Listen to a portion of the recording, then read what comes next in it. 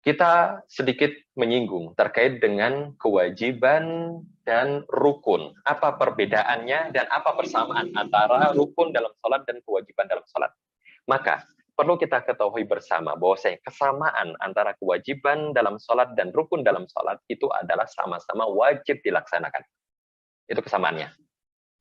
Hukumnya sama-sama wajib dilaksanakan dan jikalau ditinggalkan, maka hukum sholatnya itu batal atau tidak sah.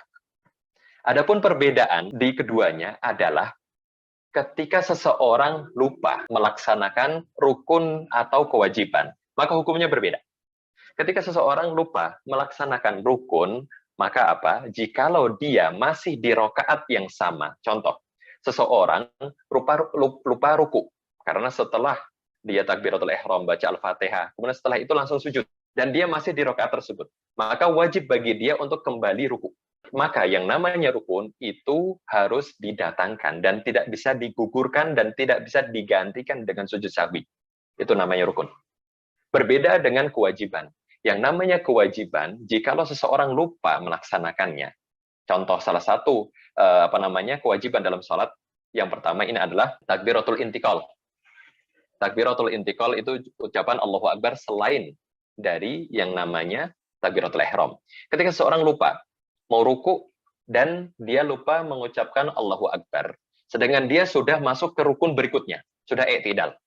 Maka yang terjadi apa? Yang terjadi, dia itu tidak diwajibkan untuk mengulangi. Baik, saya contohkan. Ketika seseorang lupa mengucapkan Allahu Akbar ketika hendak ruku, dia lupa untuk mengucapkan Allahu Akbar. Kemudian dia sudah terlanjur ke sujud. Maka yang terjadi apa? Dia tidak diwajibkan atau tidak dituntut untuk mengulangi takbir yang di ruku tadi. Maka dia terus melanjutkan saja. Terus gantinya apa? Gantinya hanya sujud sahwi nanti di akhir sholat. Itu terkait dengan perbedaan antara kewajiban dan rukun di dalam sholat.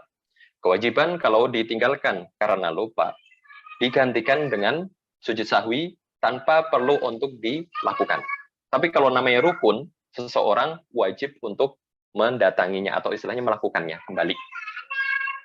Tapi ketika seseorang meninggalkan salah satu rukun dan dia sudah masuk ke rokaat berikutnya, maka yang terjadi apa? Rokaat tersebut bagi dia batal.